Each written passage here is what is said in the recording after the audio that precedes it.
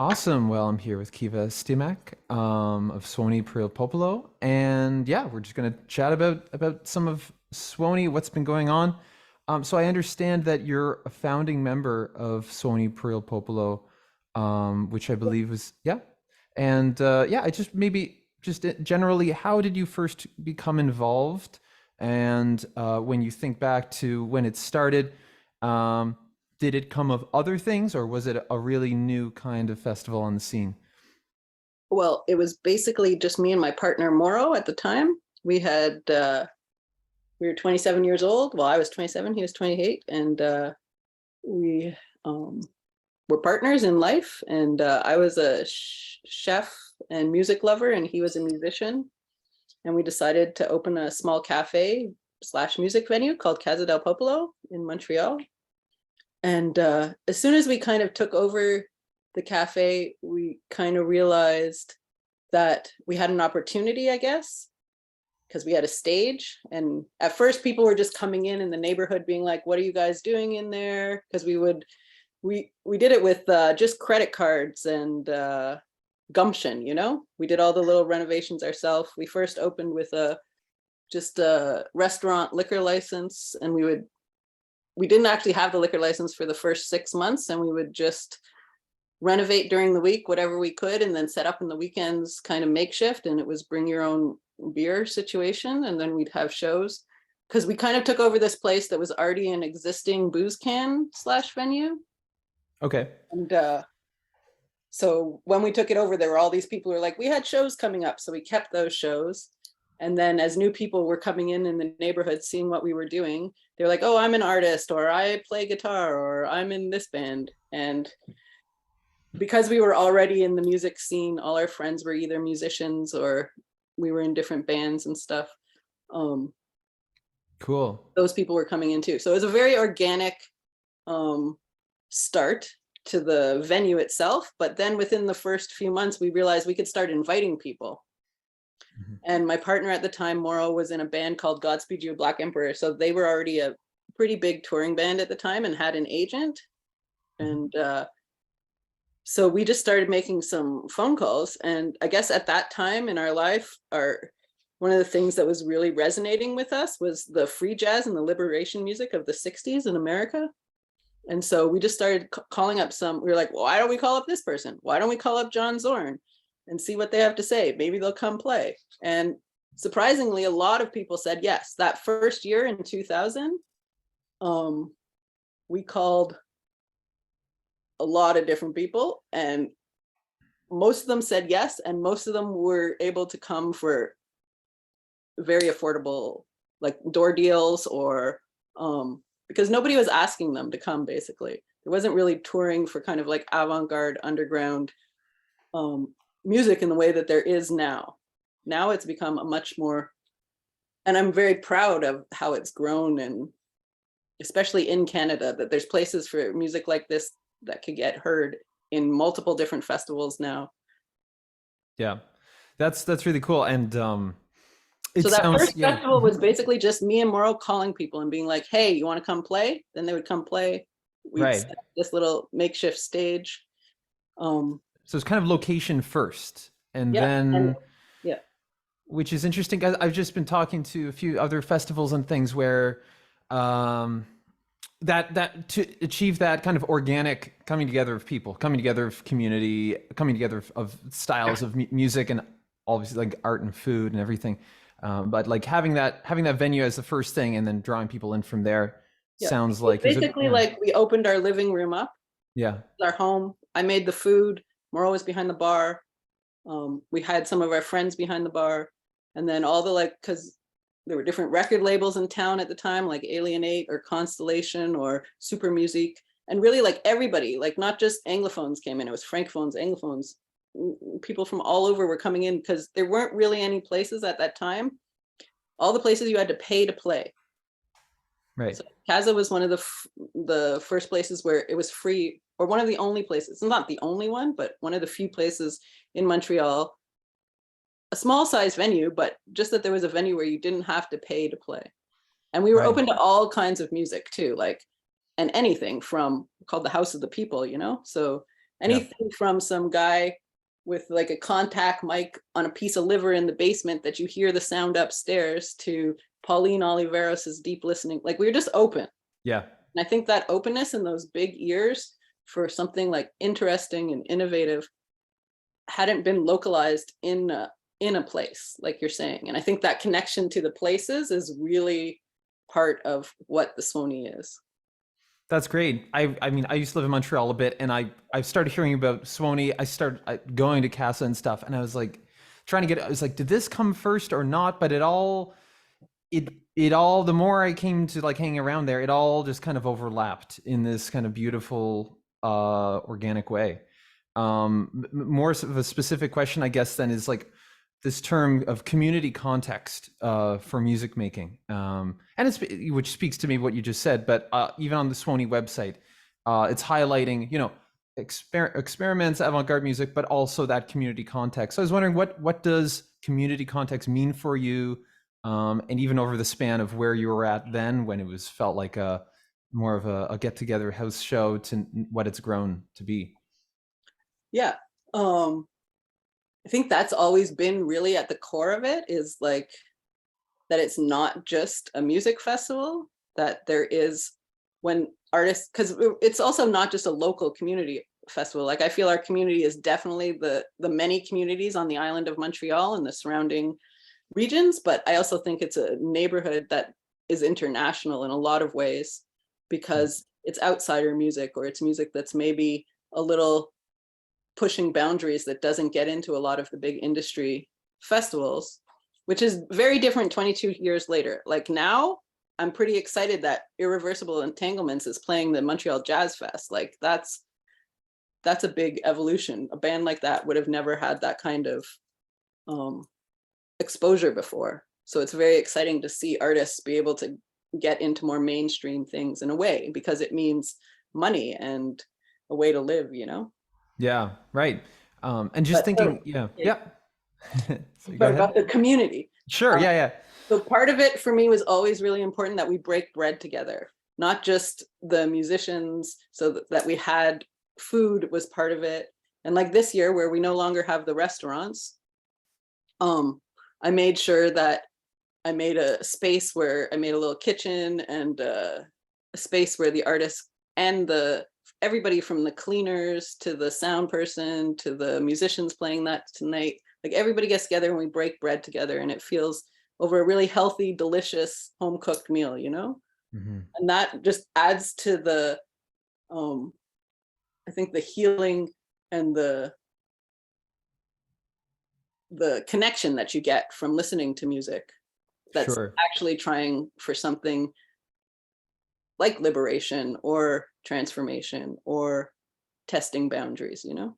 Whether Right. that's noise music or contemporary classical music or punk or reggae, whatever it is, there's some definitely that essence in what I think the curation of the Suoni has always been, which is Yeah. Yeah. community and connection and creativity and relations. Yeah, it's beautiful. And I think like the food, the presence of food, like the idea of breaking bread together seems to go a long way too. I mean, it's an act of giving to share a meal. It's kind of an act, like you could see it as an act of trust too. If you're making food for someone and they're trusting, it's like, is that same kind of, to me, it seems like that's the same kind of audience performer relationship that you're seeking to create, not just in music, but in everything, really. Yeah, well, nourishment Nice. in the world, because it's the end of the world, baby, you know, like, we got to Yeah, have the fuel to keep going. I mean, without music during this whole pandemic, I don't think I would have survived. Like, just having some of the music that we presented this year that came out of the pandemic, let's say, because most, I would say 95% of the artists playing our festival this year were saying, this is my first show, or this is, you know, my first tour since the pandemic. So the music they were presenting was the music they made during the pandemic, for sure. And just right. like beautiful and revelatory and sad a lot of the time, or funny. Like, there was a lot of stuff in the creativity of the music, I think, that's being made now too. Right. Another person I interviewed recently was India Gailey, who's an old friend of mine, and she performed this season at Suoni with New Hermitage, Okay. and she mentioned just going to shows and feeling like just like crying more at shows than normal, and feeling that gratitude. There's definitely a lot of catharsis that went on Mm, for sure. yeah, And like throughout all the different genres too. It wasn't just like, oh, this kind of music is the healing type of music or whatever. What you would right, think would be healing, you know? right, yeah. It's not exact. Even it can be abrasive music, but Yeah. that's healing in its own way, perhaps. Yeah. And maybe on the topic of music and style, something I was noticing just going through Swoni's programming this year, which I thought was interesting, is that it seemed to me like it was an option, at least on the website, to sort of put your genre. You've got some people just coming out just saying new music, punk, hip hop, what have you, and then you've also got a lot of artists with no genre descriptor, but are going for more of a descriptive write up, something more poetic or something different. And I was just wondering, as you've seen it through the years and seasons of Suoni, do you think genre genre descriptors are on their way out? Do you think Well, that's a changing thing? I think writing about music sometimes is like that line about dancing about architecture or whatever. Like it's really hard to use words to describe something that maybe you can't use words to describe, you know? And yeah, I think for sure genres, although helpful, I guess, for like the population, like helpful for everybody just to figure out what they're talking about, can Mhm. be really limiting too, especially if you're talking about not pop music, you know? That's maybe harder to describe Yeah. one I or th- two words, you know? yeah, for sure. I mean, I for a long time I was feeling like genre was something that should be obliterated. But on the other hand, I think for someone to say no, this is a hip hop act, this is a post punk act, you're also kind of putting yourself in a certain history, perhaps. Yeah. You could flip it that way, maybe. Yeah, no, I think everything is, morphing and changing and transforming as we go along. And hopefully, I mean, you know, definitely I think things are cyclical if we look at the history of the world too. But I think there's, I think we got to just be open to different ways of looking at things and be challenged. But like, I think that's why I like a lot of this music too, because all of this music throughout the 22 years of Suoni, I think one of the things that I look for myself in the curation of it is that it challenges you in some way, whether Mhm. that, but I feel like, a Beyonce song can challenge you in some way too, right? Like, so what is the challenge there, and why is that music bring joy or healing or understanding of some way? Like one of my favorite things to recount is that after Milford gave his workshop at Suoni a few years ago, I went down to the bathroom, and in the bathroom stall, I looked at the bathroom stall and it just said, Milford Graves changed my life. Hmm. And I thought that was just a beautiful thing, that seeing someone, an elder, talk or having an experience with an artist can really change your life, open your eyes in new and different ways, you know? Yeah, what a gift. That's great. Um, uh, thinking about the evolution of Suoni over the last 22 years, and thinking about all the styles, when you're embracing all these different styles, wanting to maintain this openness. One thing that spoke with Isabel and Julie about was like avoiding trends, and avoiding kind of getting stuck on a certain thing, because on one hand, wouldn't it be so tempting? Well, God, gosh, that really worked last year. Let's double down on that. Let's get more of that. You've probably seen a lot of possible trends or artists come and go. So I was wondering, are there certain tools or approaches that you've had with Suoni to avoid getting stuck in a rut that way? Well, I was thinking about like why Suoni, because people have been asking me this all year in interviews and stuff, like Mm. why is Suoni sort of the ways that it is in some ways? And so I've been really thinking about what created the bubble that made it what it is. And I would definitely say that having the venues is a big part of it, but also the size of the venues I think is really important, because that's limited us to artists or things that can play smaller size rooms, right? So we're never going to be putting on artists that can fill a 500. Well, we have done some bigger shows over the years, but most of our shows have been limited to 20 to 100 people at Casa, or, you know, 20, it can be whatever. Maybe some days only one person shows up. It has happened. 0 people have showed up, but then we get a private concert. Anyways, Nice. Yeah. up to like 350 at the Sala, right? So that means, you know, some of the just breaking through or the older legends, we can have a nice size audience for, but we're never going to have whatever is the trendy thing right now, because that needs a bigger room. So in a way, we have to always be constantly looking for what's just about to explode, or what's just exciting at the moment that's just breaking out on their own, you know, or something. A lot of the times we put on people who are elders in their 80s or 70s or 80s, who are at their end of their careers and they're like unsung heroes. And so that's also exciting too, to have the intergenerational aspect of it, from the young up and coming just having their first show to the having their last show. That's cool. That's great. That's definitely something I've seen in the programming too, is just that taking people at these different points in their careers and having that just, and that's maybe an overlooked thing when people are programming. They're like, oh, it's such a diverse selection. It's like, well, everybody's all, maybe everyone's all 30 and they are all just released their second album, whatever style it might be. But this is such a, and venue size too. I mean, I think it's really, well, it makes so much sense, but I feel like I've come across so many musicians who they have this great idea, maybe they start practicing it, and now they're struggling for its physical space. Like, what is that space?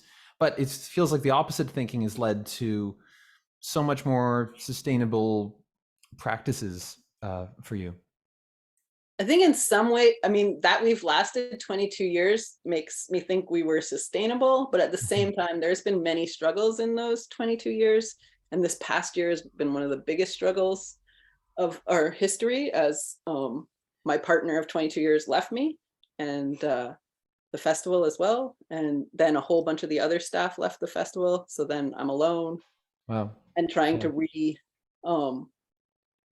group and rethink about, like, really, I need, like, come out of this pandemic, really transform it into something truly what it was in its essence at the beginning, and to grow it into something that could be actually a tool for liberation. If we think about what music can do in this time of global pandemic and the whole racist, patriarchal, military industrial complex, I think Suoni per il Popolo should be the rebel cell to take that on through beautiful healing arts.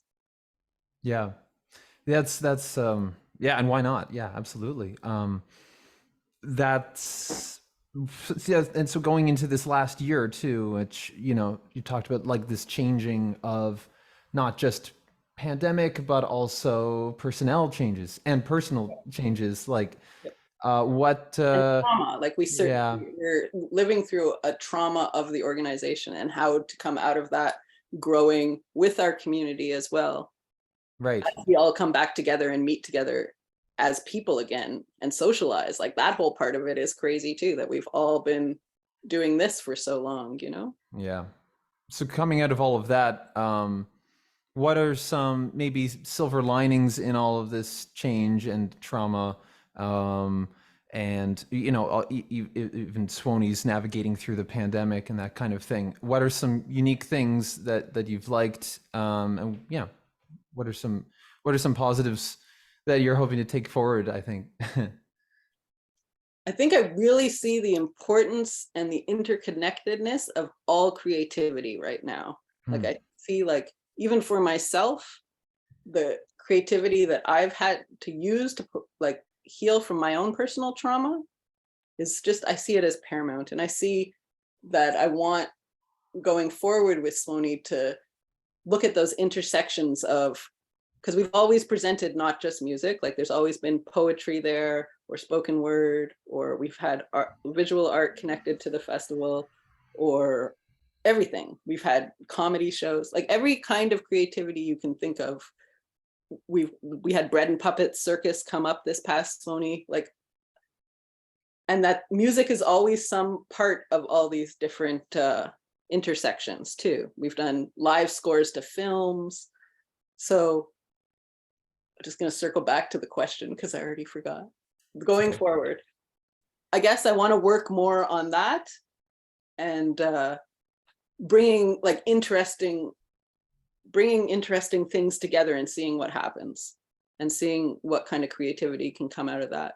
Maybe focusing less on just being all year through, because we also do an off season where we basically have 300 shows a year as well. We're basically having a festival all year round before Suoni because of the venues and because of being music producers in town, I guess.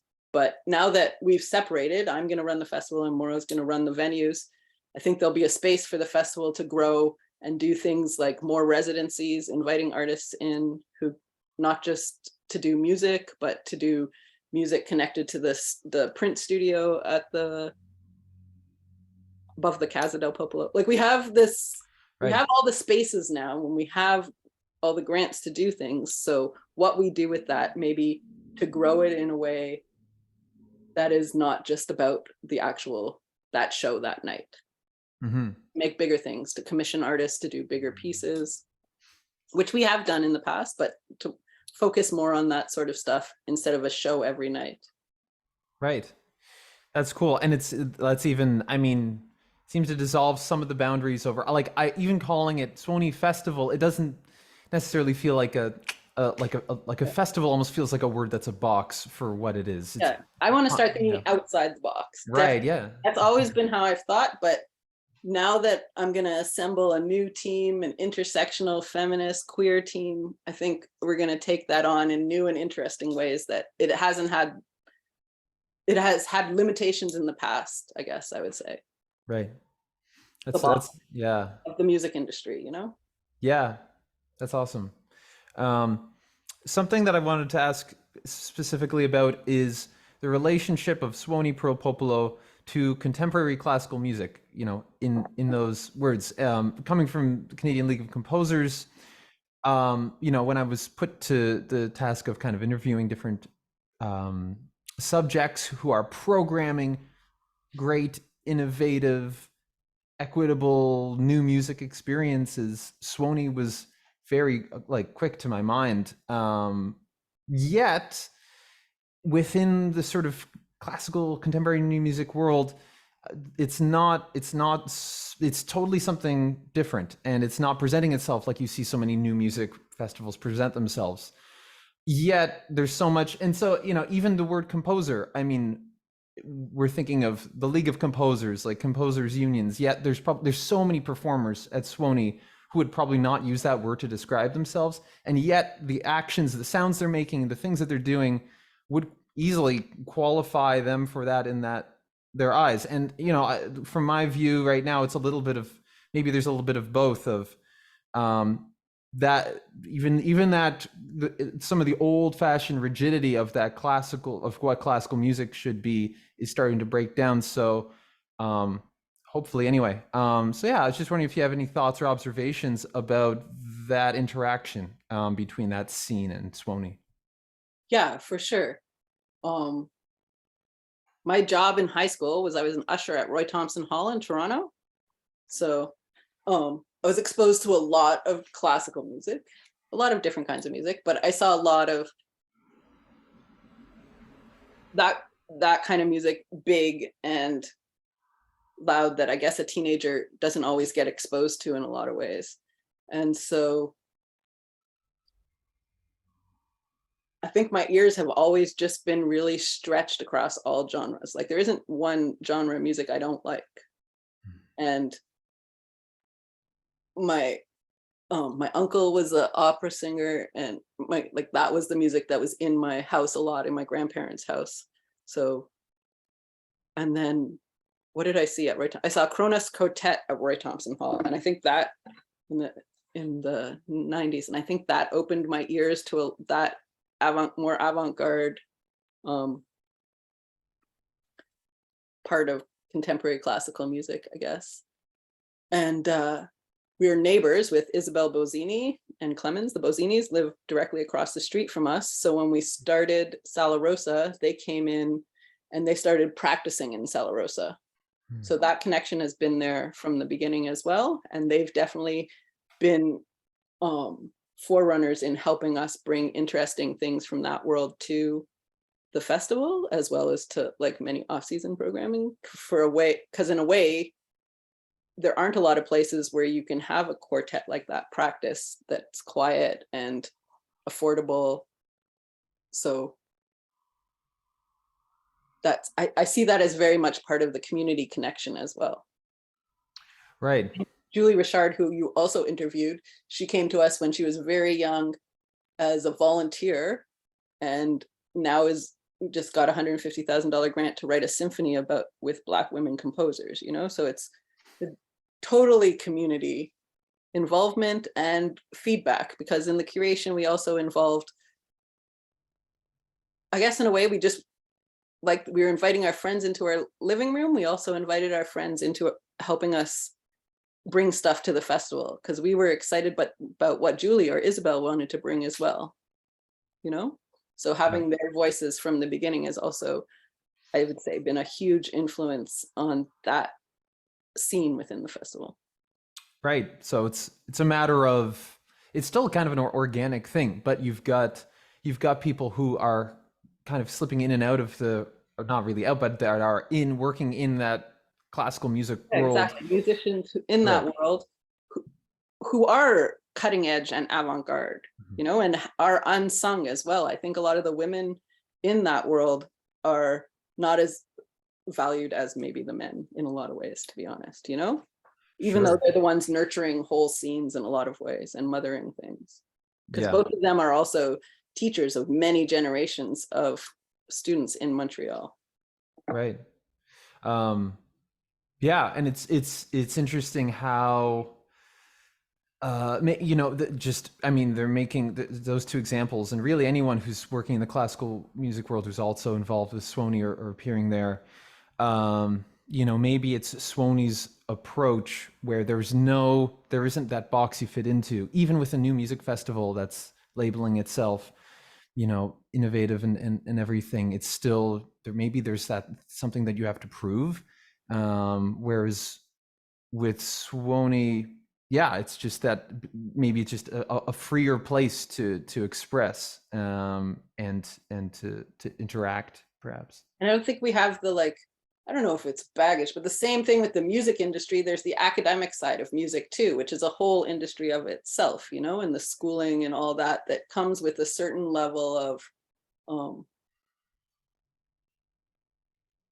like you know, not snobbery, but that's maybe different than the punk rock side of things, you know? So we got punk rock classical composers.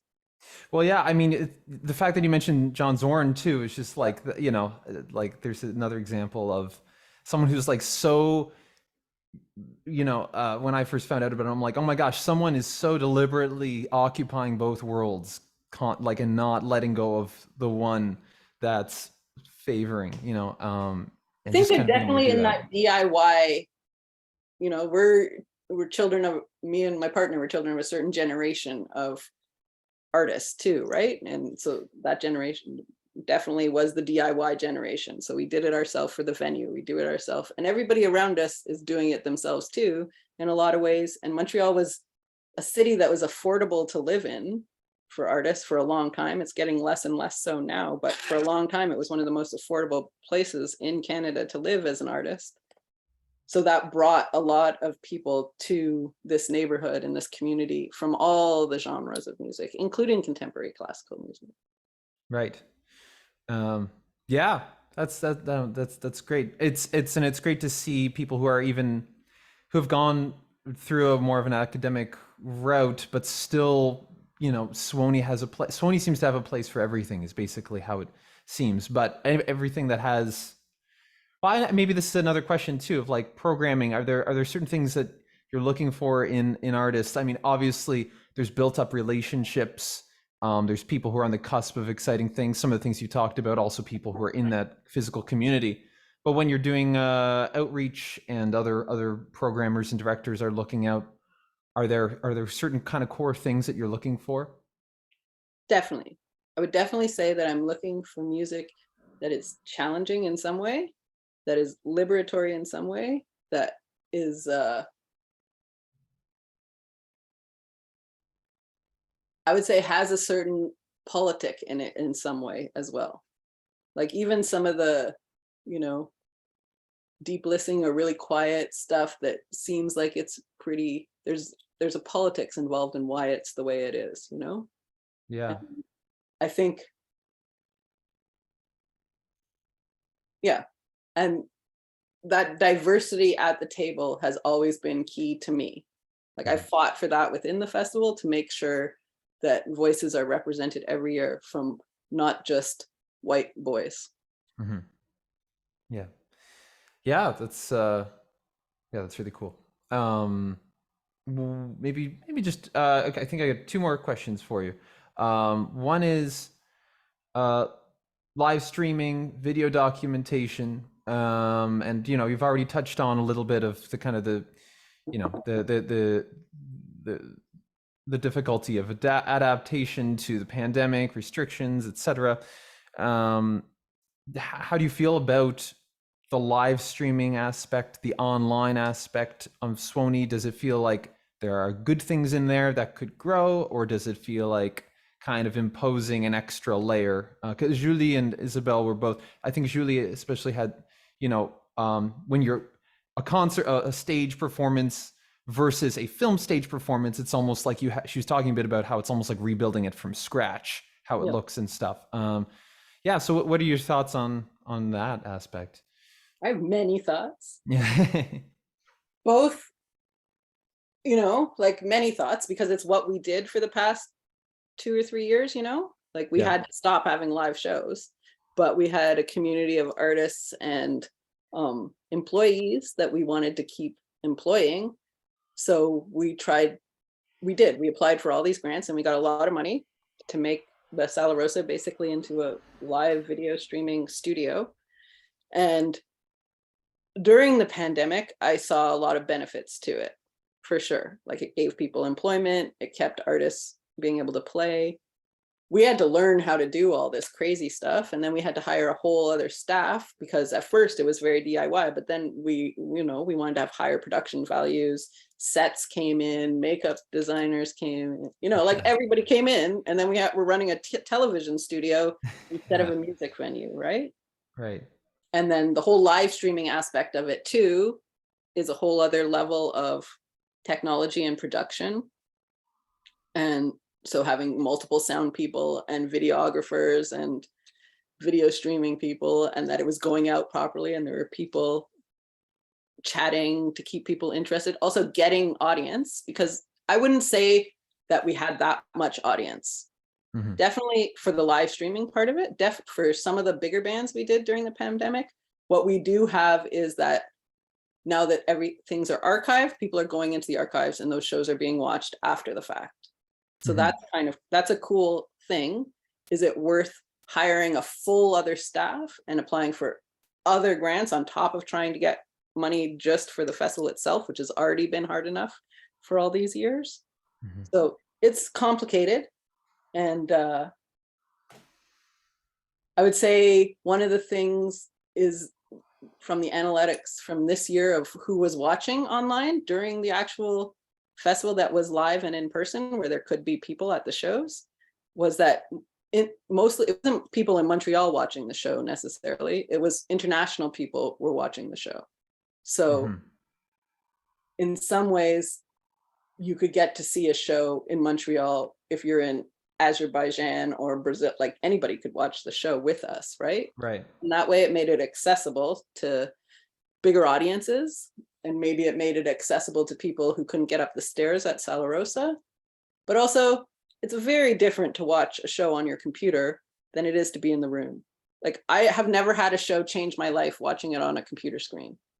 But every show at Suoni this year, I had some kind of catharsis in, Right. you know? Like either Yeah. I cried or I laughed, like, or I connected. Like there was a very like, so I think there are definitely ways we can use the equipment that we have and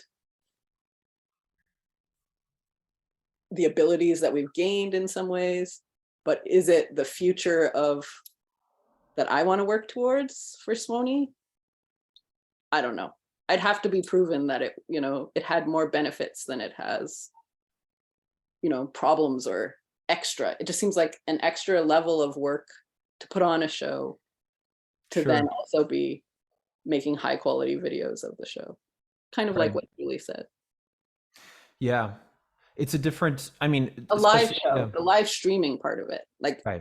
like making a video, hiring a team to do that is one thing, but then the actual like we got to make sure it can be watched at the same time that it's being played is I Right. don't know that I need to do that for every show moving forward.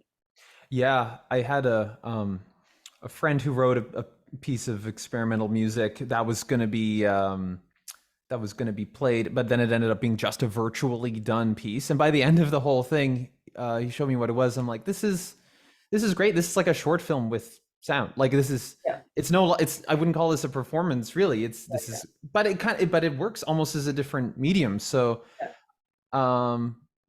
but that is the thing of like, especially based on what you were saying, what a difference of, cultivating this very IRL audience out of Casa and then kind of growing from there versus then appealing presenting digitally for a global audience. I mean, not only for at a programming level, but even the nature of what the music is and how it's Yeah. mixed. Yeah.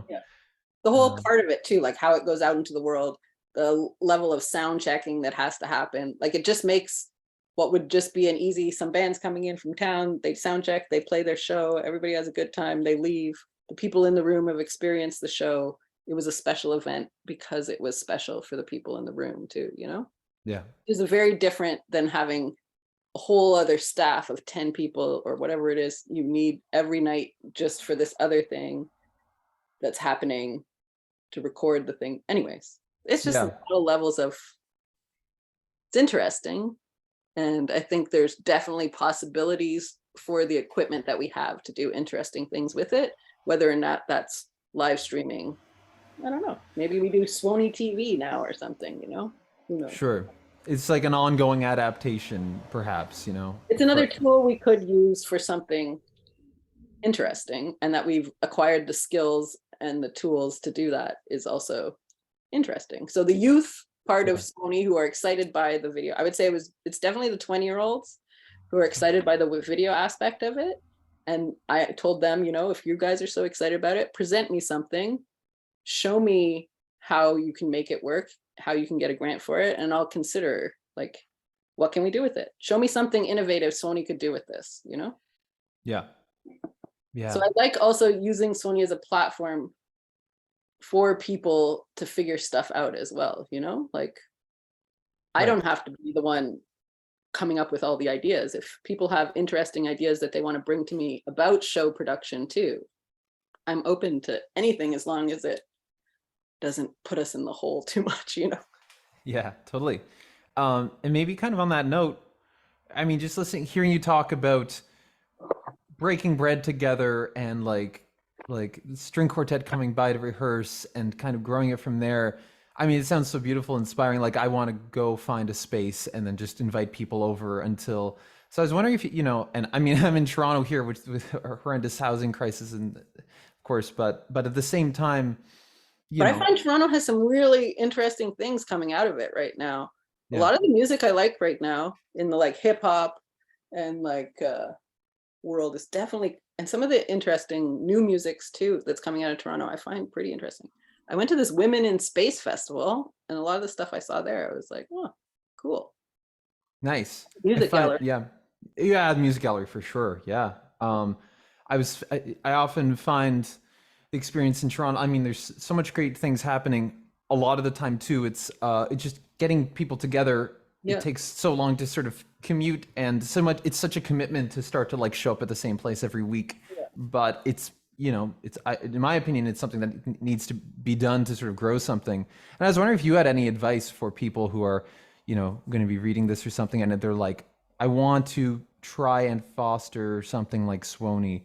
You I know, say just do it. yeah, Whatever, that's like my attitude. It's just try things. You fail. I failed so many times over the years. I lost my partner, you know? I have to start from scratch all over again. But part of the excitement of building with community and um with a cause too, like you're building something not just for yourself. I think that's important. I think a lot of the music industry and a lot of the ways that music is presented, it's within capitalism and it's very self-involved, you know, agents and blah blah blah blah blah blah blah.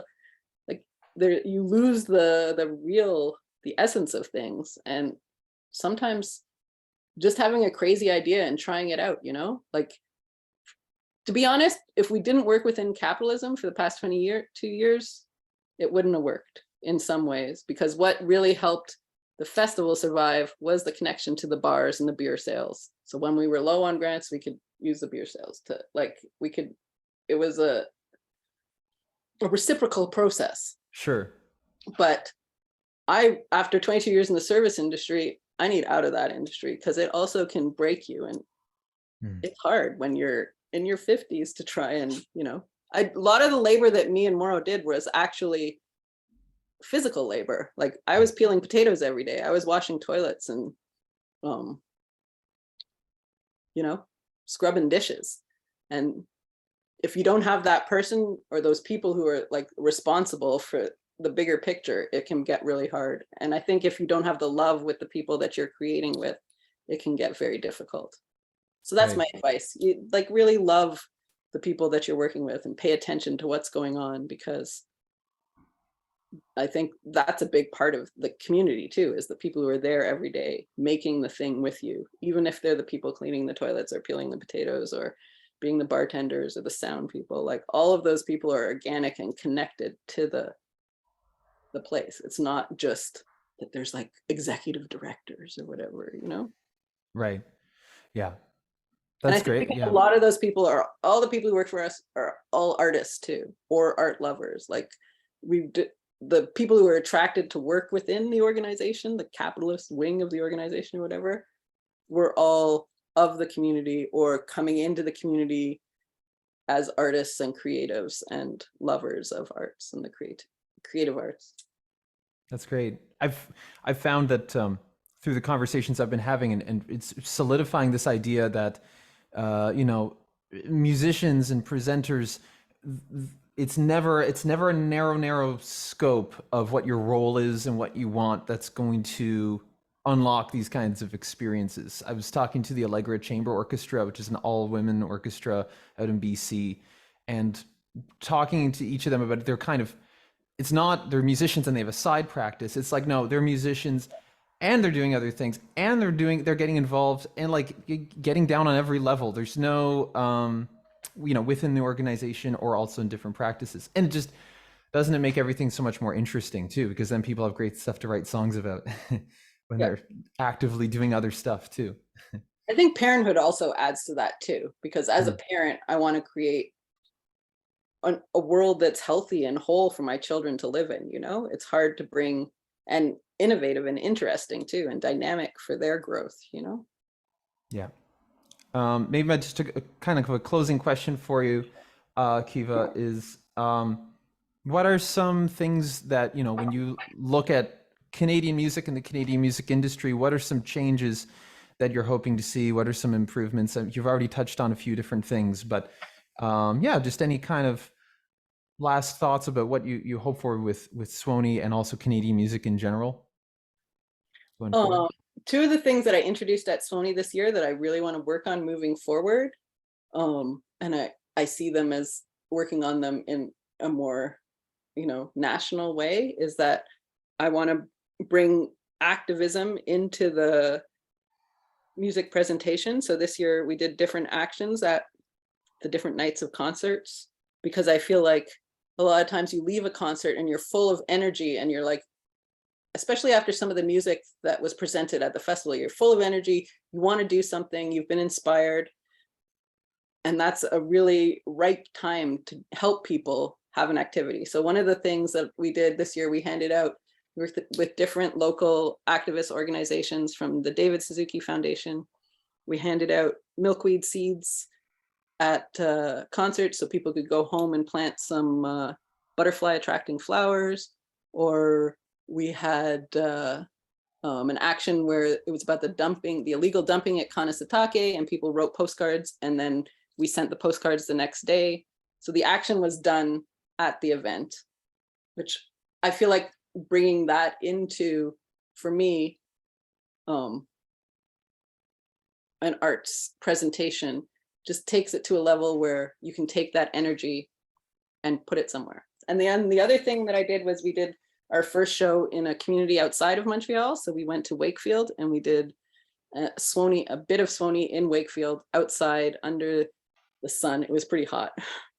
But we also had food there, and we had Haskap lemonade from a local community. So we worked with the community there, and we put on artists from Montreal, and from outside as well, but also the local community as well, that maybe wouldn't have had access to this kind of music in the past, you know? Mm-hmm. So my goal is that I work with communities maybe all over Canada, rural, or maybe just communities that don't have access to interesting liberatory music, you know? Yeah. The show that we presented in Wakefield, it had Willie Mitchell, who's an Indigenous folk singer from the 1960s from Kitty-Ganzibi, which is the community right there, as well as Nada El Shazli, an Egyptian experimental electronic singer, very beautiful, liberatory, space wizardy, and Eliza Caution, who's a Mohawk experimental guitarist, very political, opened the show. It was fucking amazing. And then we closed with Esmerine, which is, I would say, like a post-rock chamber classical band from Wakefield. So just like a little touch of all the different kinds of Suoni, you know, in a different community, working with that community. Amazing. Yeah, just going back to like that initial community vibe that you had at the start of it all, and now it's sort of taking that. I mean, I lived in Montreal for 2 years, and I still didn't get to see any of the province of Quebec off Montreal Island. And I feel like that's an unfortunate reality for so many people. So that sounds like a great next step. Great. Well, I think I should wrap it up here. Unless you have anything else to add or anything. Okay, sounds good. But yeah, thank you so much. Great. I'm going to stop recording.